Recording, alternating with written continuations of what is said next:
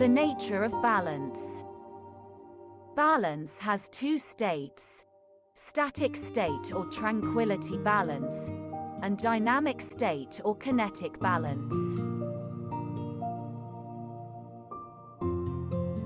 Tranquility balance.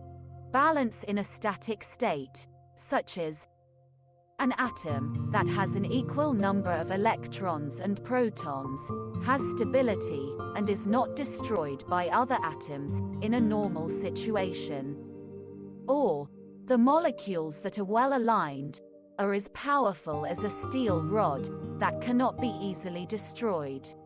Or, a calm, organized and stable mind, which has a good internal balance, is very powerful.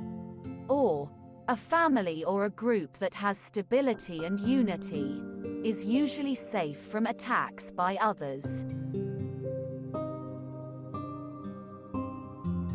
Kinetic balance. Movement with steady stability, such as when we extend one foot to step forward, the other foot must hold still onto the ground to support our body weight. Or, the car, the wheels of which are well balanced, can run with steady stability and is, thus, very safe. Or, when all of our body mechanisms are all in balance in exerting and receiving forces, they work efficiently. Our body can function well.